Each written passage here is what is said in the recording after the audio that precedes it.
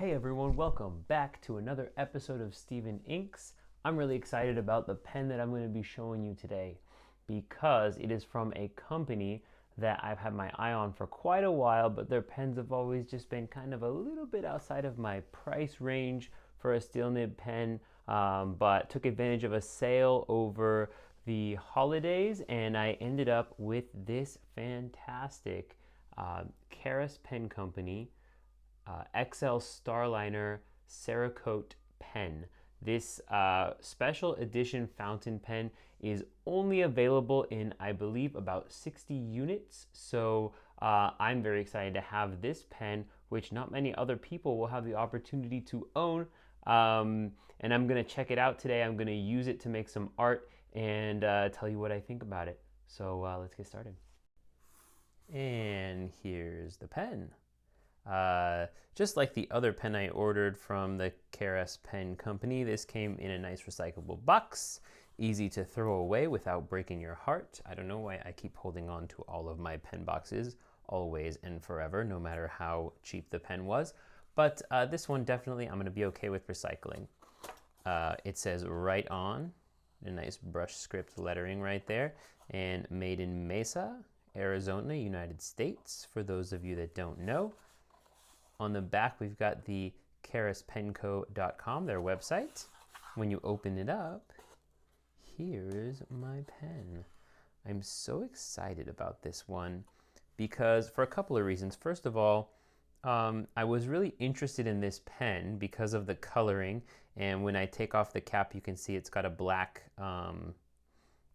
section. So white on black. As a nerd, I'm thinking Stormtrooper pen, and it feels like it's kind of this ceramic coating called Cerakote that goes on cars. I guess it goes as well on weapons. So because I researched this and I saw that it goes on guns a lot, but it kind of reminds me of that, what I imagine a stormtrooper uniform would feel like. So the nerd inside me is getting all excited. And the other reason is that Karas Pen Company only made, I think, 60 of these. It's on their website, so they're available for a very limited amount of time. And if you want one, you should go get one, because I think when they're done with this, they're going to start using a different coating or something like that to make this work. So check that out. There's going to be a link in the description of this video. When I pull the cap off, it's friction fit. There it is, white on black. The cap looks sturdy, and if you can see inside there, I think the mechanism that clips it onto the pen is metal instead of plastic, which is good because that means it'll probably last longer. I've had those plastic casings crack before, and then the cap is useless. A word about this cap and most of Karas Pen Company's caps, that it does not post. And the reason in this case that I'm not even going to put it on there is because they were saying the inside lining of this cap, and I can feel it, it's a little slightly sharp underneath there. It can scratch this coating on the sides of the pen. So I'm not going to do that because I love this look and I'm going to keep it blemish free for as long as I possibly can. But we're definitely going to be using this pen to make art. So if it gets scratched, it gets scratched. We'll just have to be battle worn, you know, like a stormtrooper. So taking the section off, the section is metal, which is nice. It's just a full-on throughout the pen. It's a metal pen. A little bit of a Schmidt converter. These are pretty standard. You see them in a lot of custom-made pens or small shop batches because they're just kind of the stereotypical standard international cartridge. I like these. They're fine. They work. No big. I didn't show you. It's hard to see inside of this, but it's threaded. A couple of turns. Takes it off. This is the extra fine nib. I don't know if it, yeah, you can see that. There we go, EF. And then I love this engraving or like laser etching on the nib here. It looks kind of cool, a little bit regal, almost imperial, if you will. pretty cool. And this section twists out. The feed actually reminds me of, if you see this up close, like a Twisby Eco. I don't know why that is. I do not know. But okay, so then there's a little plastic casing around the nib and feed section. And then you have the section here. Looks pretty cool. I can't wait to ink it up. Today's ink is Noodlers Walnut, and I did some back and forth with what pen I was gonna, with what ink I was gonna use in today's video. I felt like I've been using black a lot, so I'm trying to change it up. And this is just one that I felt like using. No particular reason. You got a black and white pen, you can pretty much use whatever color you want. I feel like it'll work. So, as you can see, what you have to do here is drop the pen in above the ink, below the ink line, and we're going to draw in. And since this is our first time using this particular pen, we may need to do a double draw. Well, that looks pretty good actually, but might be able to do a little bit better. So sometimes if it doesn't work well that first time, you just do it again. And then you might get a little bit more. And yeah, we got a little bit more. To me, I'm not too fussy about getting a full fill on my pens because I really like filling them anyway. So that's fine. We're just gonna dab this off, get the excess ink off to avoid any accidents. I usually have a towel ready for this, but I had to grab a paper towel because I couldn't find my towel today. So there we go. That's our pen, and I'm ready to put some lines on some paper for you guys.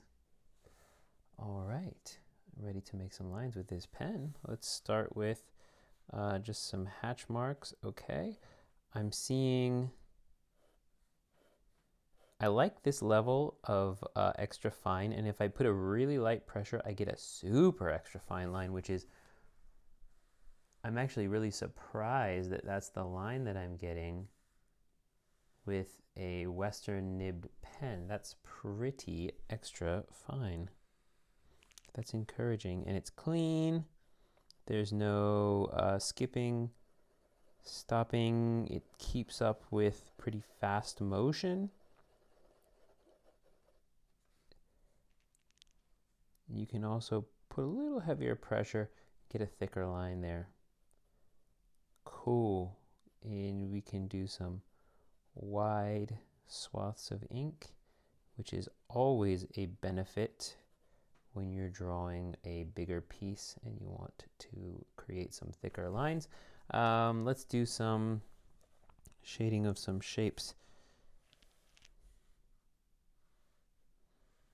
So here's a cone, like I usually do. Here's a circle, again like what I usually do, and I'm just going to slide this over here so we can get a cube and fit it right on the side. This is my standard fare. I think this is really good practice for people to do, to just sit there and practice shading some 3D forms. Most of what you can create is based on these 3D forms, like the way that you shade something is based on those forms. Even like a lot of, you would think, of course, something like a sports ball or a circular object like an eyeball, you would probably doesn't, isn't a surprise that you would shade this like this, or however you stylistically want to do it. I'm doing it a little bit rough today. But even things that you wouldn't think of, like the human head, or a rounded part of a car, some of the things that you would use, some of the important ideas come from the shapes that are shaded.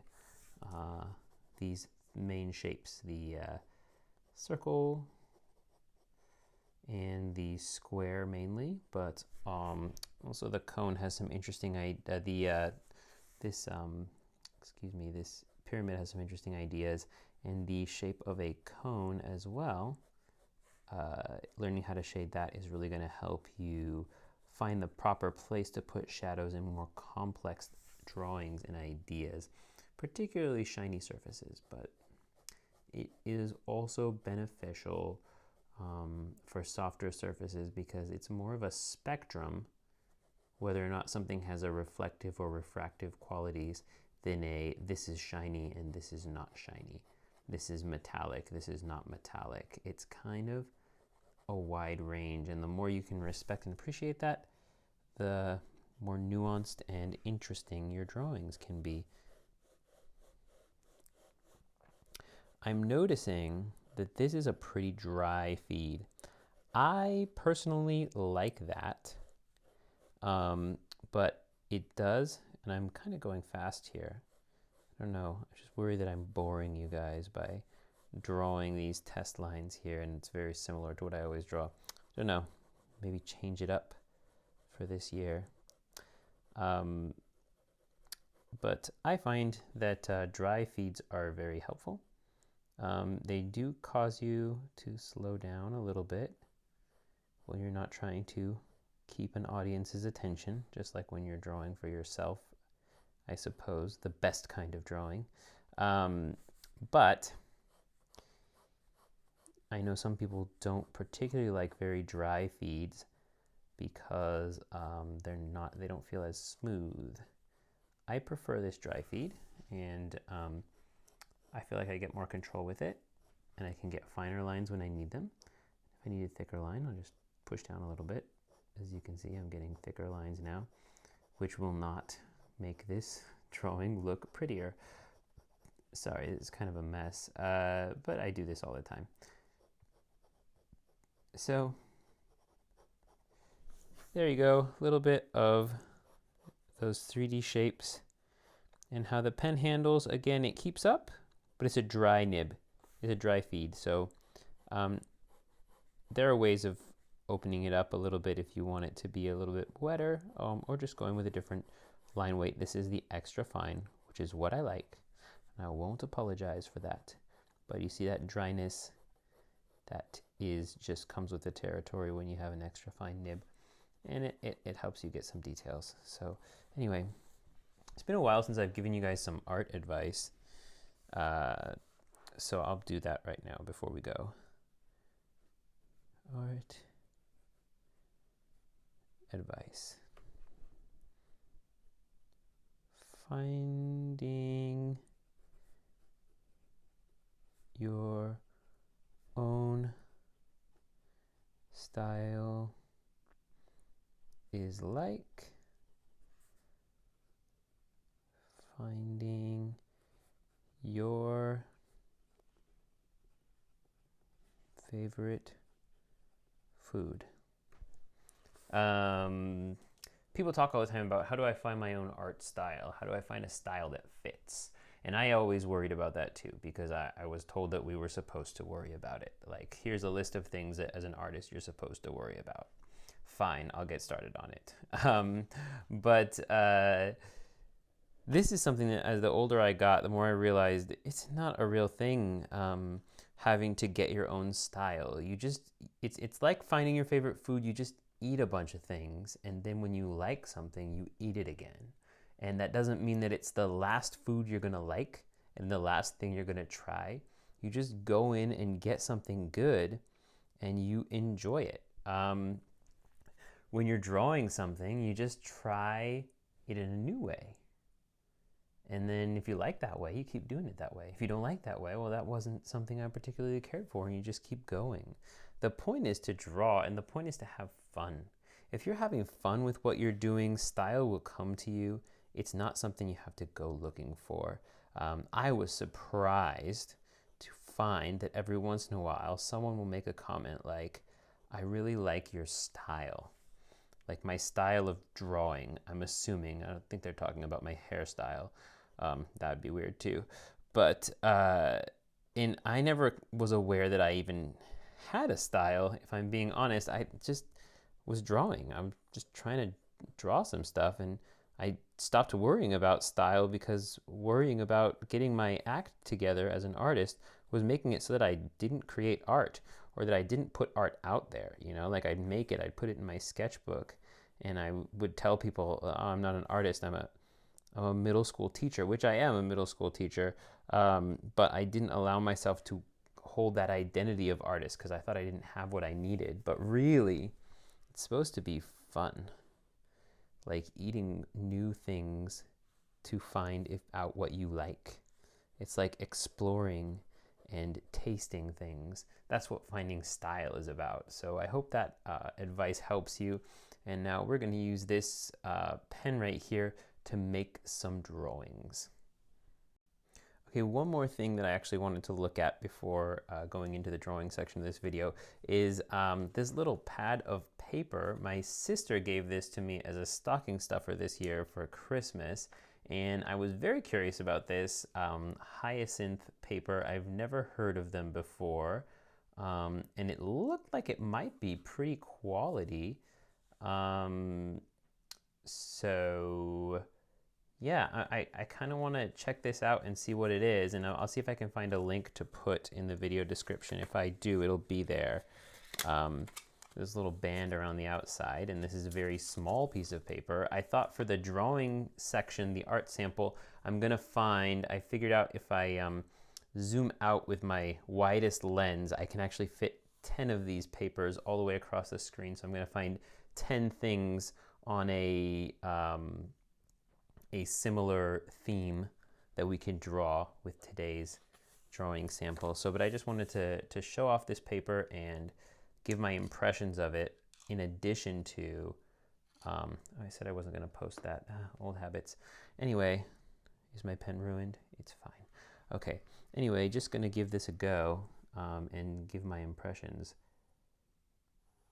So fountain pens are really the ultimate test of a paper, because you can say something's great for pen and ink, pencils, whatever, graphite, colored pencils, but if it does fountain pens, that's actually a really interesting level and quality of paper, and one that not a lot of paper manufacturers pay attention to, unfortunately. So I've done these, some just hatches, and I got in there nice and deep. I gave some heavy pressure to get some ink in there, and we're just going to see if it bled through to the other side and if it's feathering at all on this paper. So let's zoom in close. Here we go. Okay, I feel like I see a little bit of that bumpy feathering texture. Not a deal breaker, because this still does look pretty good. Just right along the edge, I do think I see a little bit of feathering. Let's just see, did it bleed through? No, it did not. And it looks like it's about to bleed through, but that's an acceptable level. I definitely wouldn't draw on the front and back of this paper, because as you can see, it looks like, oh, see there, it bled through there. But that's cool, and it comes with little tear off pages, so you could draw something and stick it up around like I'm about to do. Interesting. Thanks, sister. I will use this well, and I'm going to use it right now. Okay, so I'm doing a series called Weird Eggs. This was an idea I had based on an experience that I had when I was younger. Basically, what this is I took the shape of an egg, and then I tried to make a bunch of different textures and ideas for how that shape could be something else. And I decided to do 10 of them, just because 10 is a nice number to fit across the screen, and you'll see them all at the end.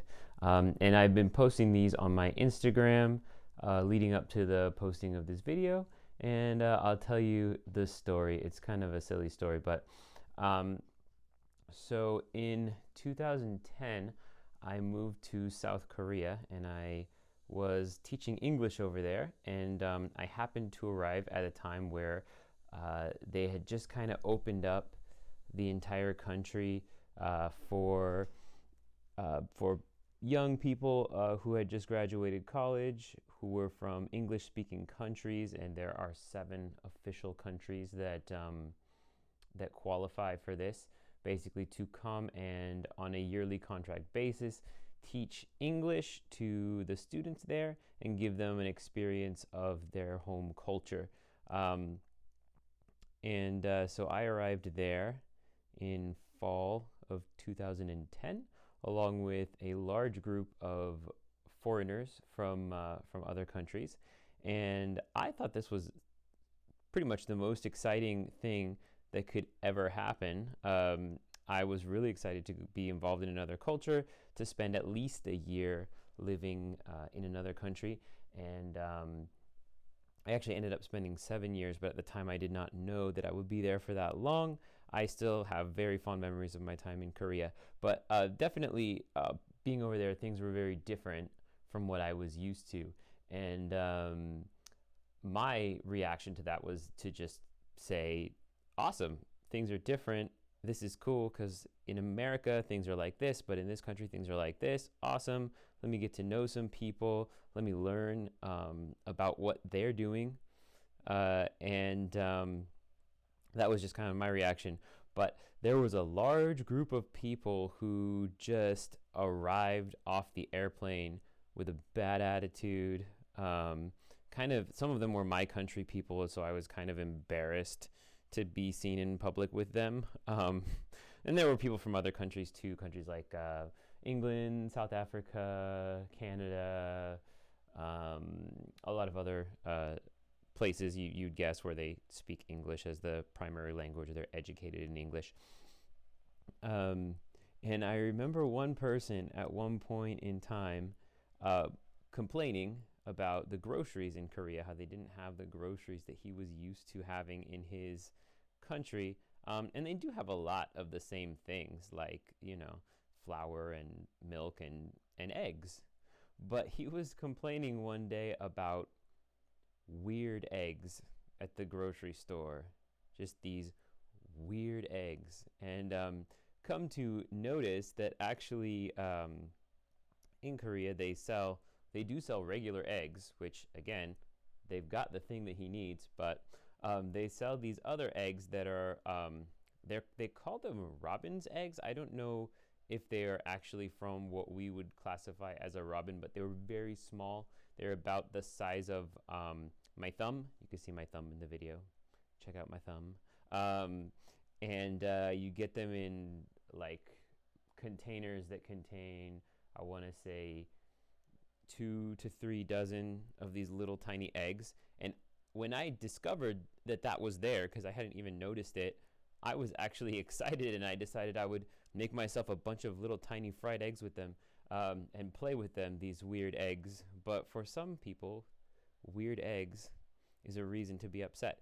And it was just kind of a philosophy that I realized. And over the years that I spent in Korea, I had this same kind of experience where people would come in, they would come in with a bad attitude, they would not like what they saw, or they would be uncomfortable by something, and it would just explode into being uncomfortable about everything and complaining about stuff that didn't matter, So it really matters a lot whether you enjoy your life. If you focus on what's good, what's interesting, what's cool, as opposed to what you hate, what you don't like. Obviously, there's times where you have to focus on negative things because you have to survive things. You have to deal with stuff that's happening in your life. But for all intents and purposes, those people who were complaining about weird eggs were actually having the exact same life experience that I was, which is this like defining life experience that I had, where I got to be in this other country and adventure and meet cool people and get this experience that ended up being my career later, because I came back to America and I'm still teaching to this day, and I love my job. And there are people at my job who are the weird egg people of my job, just complaining about, the government, and this thing that we have to do now for teaching, or oh, these kids, this neighborhood, these parents, all that stuff. It's just the weird egg argument all over again. So I don't know. That's kind of the story that I wanted to tell. Are there any weird eggs in your life, or any people complaining about stuff that they don't need to be complaining about? I'd love to hear about it. Leave me a comment in the chat. I think weird eggs are beautiful, and I love when there's something that I don't expect in my life. So yeah, that's my story, and that's the perspective that I came out of my experience in Korea with, and it has helped me a lot to make the best of what situation I'm in, as opposed to what situation I think I would like to be in. So there we go. Hope you enjoy the rest of this video, which is just me showing off my weird eggs. That sounded weird. And that's it. And final thoughts. This pen was a lot of fun to work with. It's very fun to hold in the hand. I really love the texture and the feel of the pen. I did have a few issues with the feed being a bit dry for my taste, which is funny because I always said that I like dry pens, like dry feeds, but this was a little too much for me. I did end up working with the nib and getting it to be a little bit more of a flow that's comfortable for me, and maybe this is even an evolution of my style as an artist, that I'm now more interested in pens that are a little bit more wet in their flow, a little bit wider line, interestingly enough. So if you're interested in this pen, if you think you'll like it, you're probably right. Check it out, link in the video description. And as always, thank you so much for being here, being a part of this channel. I appreciate you guys, and if you'd like to join our little fountain pen community, please hit that subscribe button, and check out all the links below of different things related to this video, the pens, the inks, and all of that. I appreciate you guys. I hope you're well, and I will see you in the next video.